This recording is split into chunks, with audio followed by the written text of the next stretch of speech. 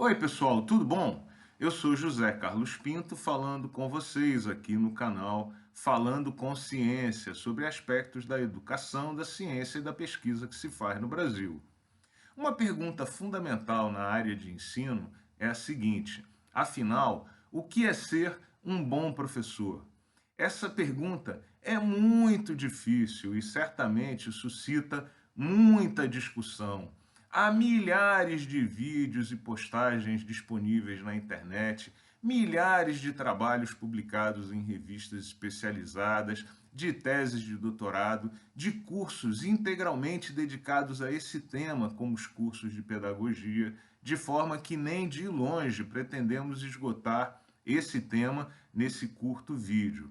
Mas esteja atento, porque nessa área faz-se uso intensivo de jargões e definições como um bom professor é aquele que tem humildade pedagógica, que aprende com o aluno, que sabe aprender, que aprende continuamente ao longo do tempo, que domina a área que ensina, que é uma visão tecnicista do ensino e do aprendizado, que é aquele que respeita o outro.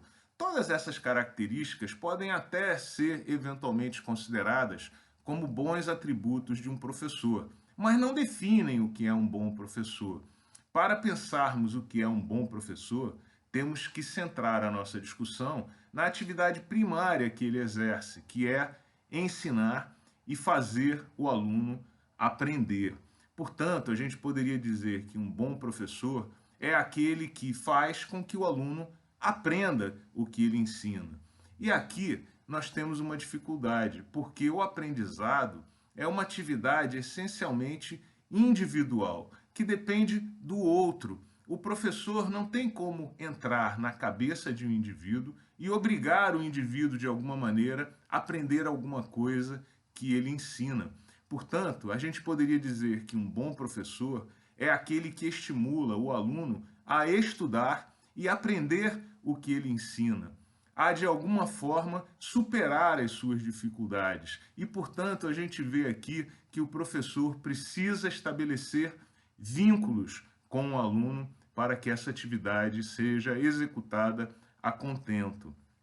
Diga-se de passagem, a missão da pesquisa na universidade tem muito a ver com esse estímulo a aprender, como nos ensinou Humboldt na Alemanha, quando ele definiu que a atividade de pesquisa era fundamental nas universidades, porque mais importante do que aprender o conteúdo de uma disciplina era que o aluno aprendesse a gerar o seu próprio conhecimento e buscar o conhecimento sempre que fosse necessário. No mundo moderno, essa busca, essa sede pelo conhecimento é fundamental, porque nenhum aluno obterá todo o conhecimento necessário para a sua vida em uma sala de aula ou num curso sobre qualquer tema. Essa busca pelo conhecimento tem que ser constante. E se o aluno está estimulado a aprender pelo professor, essa busca, essa sede pelo aprendizado fica mais fácil. E é interessante a gente observar aqui que os professores, de maneira geral, estudam pouco pedagogia, psicologia, técnicas que permitam estabelecer vínculos com os alunos e estimulá-los a aprender. Nesse ponto em particular, nós também avaliamos muito pouco a atividade dos professores e se eles, afinal de contas, estão sendo bem-sucedidos ou não nessa tarefa. Isso constitui um tema controverso no ambiente acadêmico. De fato, a avaliação dos professores pode ser feita de várias maneiras. Pode ser feita pelos discentes, pode ser feita pelo colegiado do qual ele participa, pode ser feita por meio de provas externas que afiram a qualidade técnica do aprendizado dos alunos que foram ensinados por um professor particular, mas essas técnicas de aferição têm sido, em geral, rejeitadas, porque o espírito de corpo e de proteção dos professores, em geral, é muito grande. E essa é uma área em que certamente temos que avançar.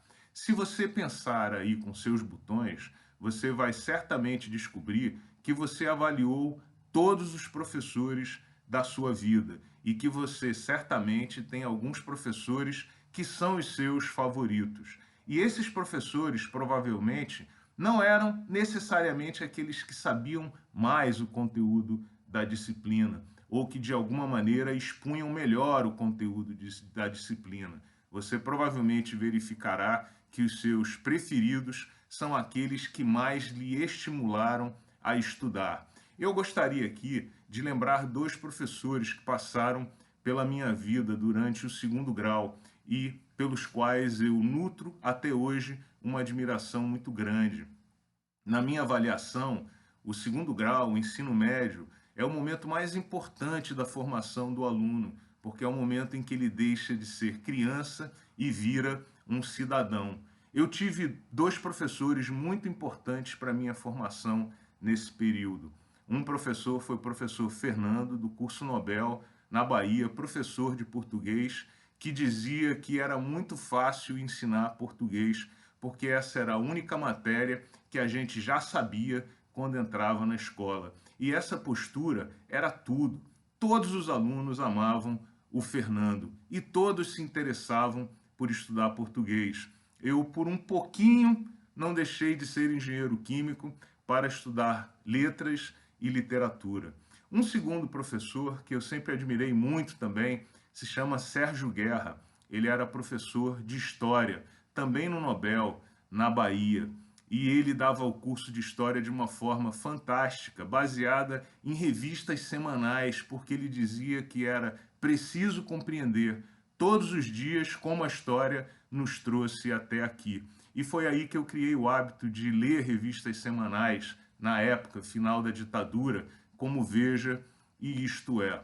Como a gente vê aqui, estímulos é o que o professor pode fazer de melhor. No mundo de hoje, em particular, um bom professor é aquele que, de alguma maneira, consegue estimular o aluno a estudar o que ele ensina e amar o aprendizado e o estudo e o ensino para toda a sua vida. Um grande abraço eu deixo aqui para todos os professores que me estimularam durante toda a minha vida para que eu continue estudando até hoje. Um grande abraço e até o próximo vídeo.